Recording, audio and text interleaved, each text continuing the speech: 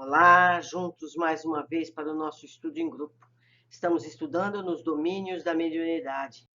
Hoje vamos ver o capítulo 4, ante o serviço.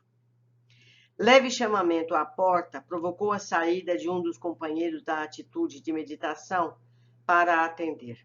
2 enfermos, uma senhora jovem e um cavalheiro idoso, custodiados por 2 familiares, transpuseram o umbral da porta, localizando-se num dos ângulos da sala, fora do círculo magnético. Localizando-se num dos ângulos da sala, fora do círculo magnético. Atenção. São doentes a serem beneficiados, informou-nos o orientador. Logo após, o colaborador de nosso plano franqueou acesso a numerosas entidades sofredoras e perturbadas que se postaram diante da Assembleia, formando uma legião. Nenhuma delas vinha até nós, constrangidamente. Dir-se-ia que se aglomeravam em derredor dos amigos encarnados em prece, quais mariposas inconscientes, rodeando grande luz. Vinham barulhentas, proferindo frases desconexas ou exclamações menos edificantes. Entretanto, logo que atingidas pelas emanações espirituais do grupo, emudeciam de pronto, qual se fossem contidas por forças que elas próprias não conseguiam perceber. Notamos? Atencioso Aulus notificou.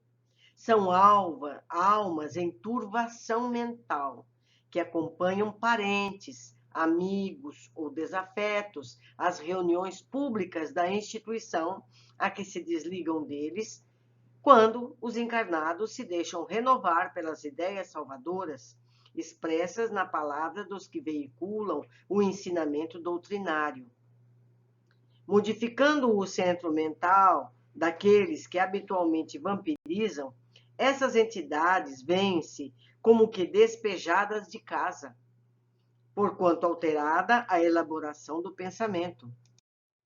Naqueles a quem se afeiçoam, experimentam súbitas reviravoltas nas posições em que falsamente se equilibram. Algumas delas, rebeladas, fogem dos templos de oração, como este, detestando-lhes temporariamente os serviços e armando novas perseguições às suas vítimas, que procuram até o reencontro. Contudo, outras, de algum modo, tocadas pelas lições ouvidas, demoram-se no local das predicações, em ansiosa expectativa, famintas de maior esclarecimento.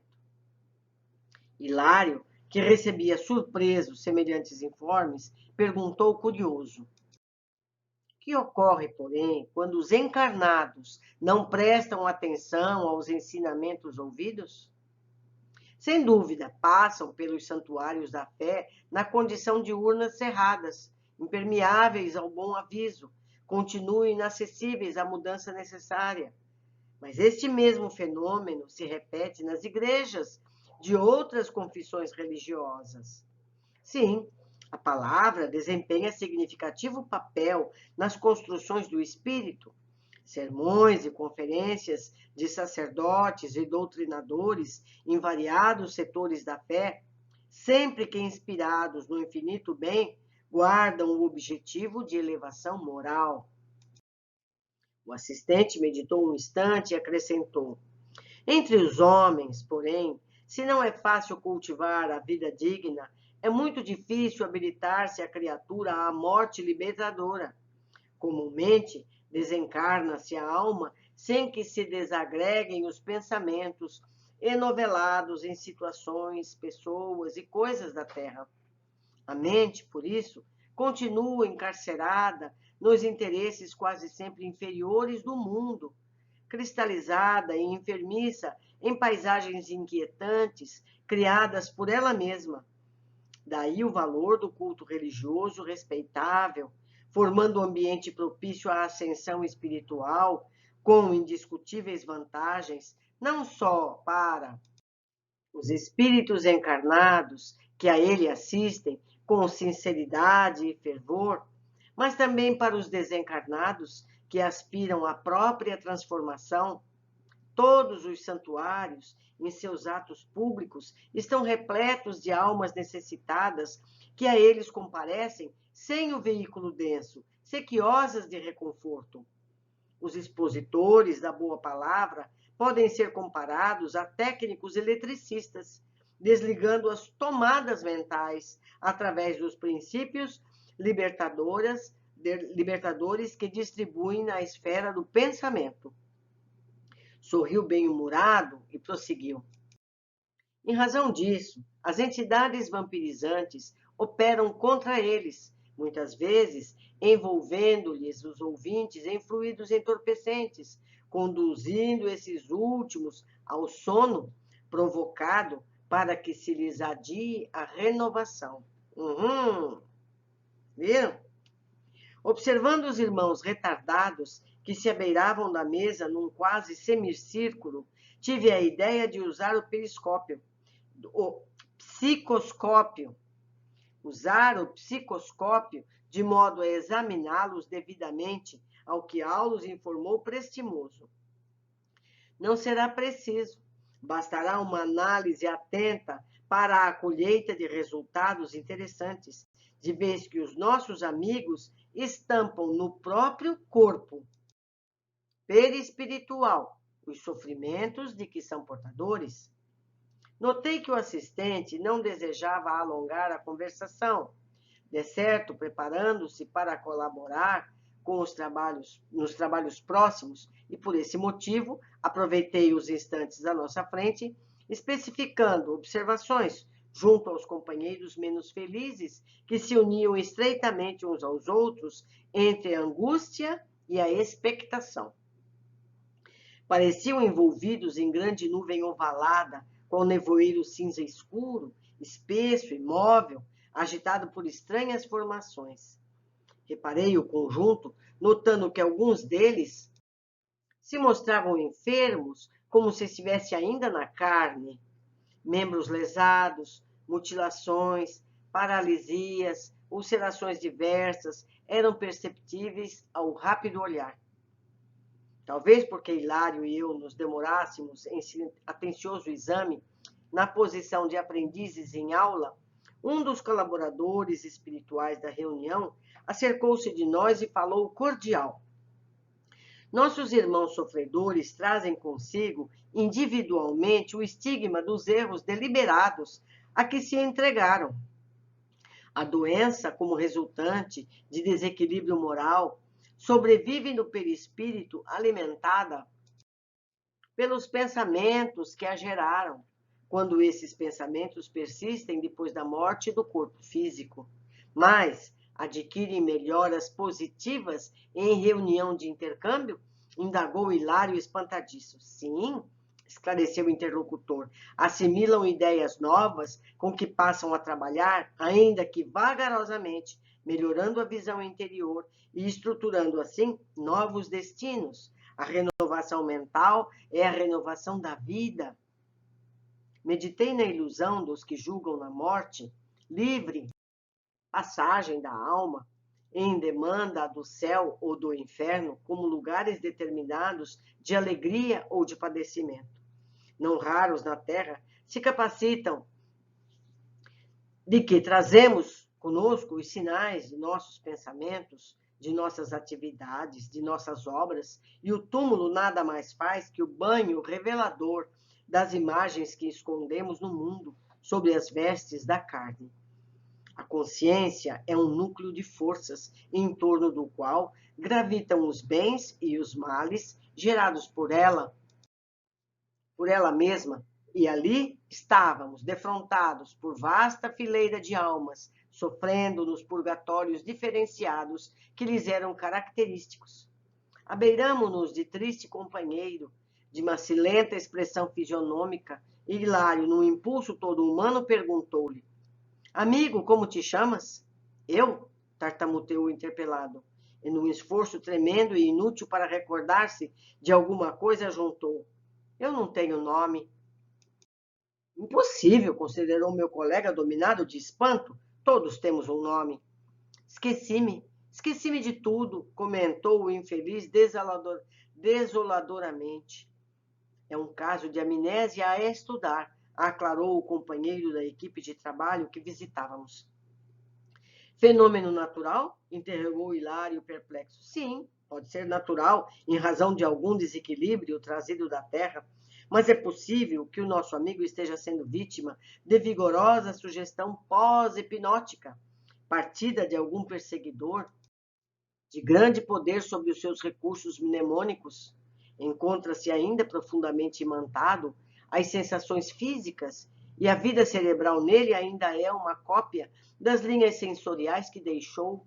Assim, considerando, é provável esteja submetido ao império de vontades estranhas e menos dignas às quais se teria associado no mundo. Céus! Exclamou meu colega impressionado. É possível semelhante dominação depois da morte? Como não? A morte é a continuação da vida, e na vida, que é eterna, possuímos o que buscamos. Atento aos nossos estudos da mediunidade, observei. Se o nosso amigo desmemoriado for conduzido ao aparelho mediúnico, manifestar-se-á, acaso, assim, ignorando a identidade que lhe é própria? Perfeitamente, e precisará de tratamento carinhoso como qualquer alienado mental comum. Exprimindo-se por algum médium que lhe dê guarida, será para qualquer doutrinador terrestre o mesmo enigma que estamos presenciando. Nesse momento, renteou conosco uma entidade em deplorável aspecto. Era um homem esguio e triste, exibindo o braço direito paralítico e ressecado.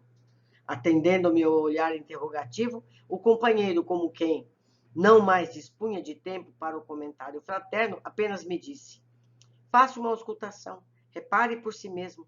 Acerquei-me do amigo sofredor, toquei-lhe a fronte de leve e registrei-lhe a angústia. Nas recordações que se haviam cristalizado no mundo mental, senti-lhe o drama interior. Fora musculoso estivador do cais, alcoólatra inveterado, que certa feita, de volta à casa, esbofeteou a face paterna, porque o velho genitor lhe exprobrava o procedimento. Incapaz de revidar, o ancião, cuspinhando sangue, praguejou desapiedado. Infame, o teu braço cruel será transformado em galho seco, maldito sejas. Quer dizer, o velho proferiu um desejo, uma energia com aquele pensamento. Ouvindo tais palavras, que se fizeram seguidas por terrível jato de força hipnotizante, o mísero tornou à via pública, sugestionado pela maldição recebida, bebericando para esquecer. Cambaleante, foi vitimado num desastre de bonde, no tempo que tinha bonde, no qual veio a perder o braço. Olhe só que coincidências. Sobreviveu por alguns anos, coagulando, contudo, no próprio pensamento a ideia de que a expressão paternal tivera a força de uma ordem vingativa e se lhe implantar no fundo da alma, e por isso, ao desencarnar, recuperara o membro dantes mutilado, a prender-lhe ressecado e inerte no corpo perispirítico. Enquanto refletia, o nosso orientador reaproximou-se de nós e, percebendo quanto se passava, informou: é um caso de reajuste difícil, reclamando tempo e tolerância. E, afagando os ombros do paralítico, acentuou: nosso amigo traz a mente subjugada pelo remorso com que ambientou nele mesmo a maldição recebida. Exige muito carinho para refazer-se. Sem preocupar-me do tema que nos prendia a atenção, inquiri: se esse companheiro utilizar-se da organização mediúnica, transmitirá ao receptor humano as sensações de que se acha investido? Sim, elucidou o assistente, refletirá no instrumento passivo as impressões que o possuem, nos processos de imanização em que se baseiam os serviços de intercâmbio. Sorriu bondoso e acrescentou: no entanto, não nos percamos agora nos casos particulares. Cada entidade menos equilibrada de quantas se acham reunidas aqui traz consigo inquietantes experiências. Observamos de plano mais alto. E conduziu-me à cabeceira da mesa, onde o nosso amigo Raul Silva ia começar o serviço de oração. Vemos quantas coisas, né? Vamos aos detalhes desse capítulo. Durante os trabalhos mediúnicos, chegam pessoas para atendimento e são atendidas, localizando-se num dos ângulos da sala, fora do círculo magnético. São atitudes que os trabalhadores nos centros precisam conhecer para colaborar com os trabalhos mediúnicos. Os pacientes não devem estar próximos aos trabalhos. Isso, na maioria dos atendimentos, já acontece. Geralmente, nem entram na sala mediúnica. 2. O livro foi escrito em meados do século passado, 1940, 50, por aí, quando as reuniões espíritas eram diferentes. Era um salão com uma mesa ao fundo, onde se sentavam os dirigentes e os trabalhadores, o dirigente dos trabalhos, os médiuns, a corrente de apoio magnético ao redor. Em frente à mesa haviam fileiras de cadeiras para os assistentes. Todos os trabalhos eram públicos. Hoje já não vemos incorporações durante os trabalhos públicos, pois isso gera espetáculo e costumava ser comentado pelos assistentes. Muitas pessoas iam ao centro espírita para ver as comunicações, tomar ciência dos casos dolorosos. Fato esse muito inconveniente. Algumas pessoas iam ao centro para ver os fenômenos mediúnicos, como eu acabei de dizer. As psicografias, sim, ao menos no Brasil, há psicografias durante os trabalhos de estudo, que são lidas para todos os presentes. Essas reuniões de estudo compreendem a leitura de uma lição do Evangelho e o comentário relacionado, feito pelos participantes da mesa e às vezes até por alguém da plateia que queira completar ou perguntar alguma dúvida. As psicografias recebidas podem ser mensagens educativas, algumas relacionadas ao tema evangélico em estudo, ou mesmo mensagens familiares, exatamente como fazia Chico Xavier. No desenho abaixo, nós vamos ver essa disposição. Mesa com os participantes dos trabalhos e a plateia atrás. Estão vendo?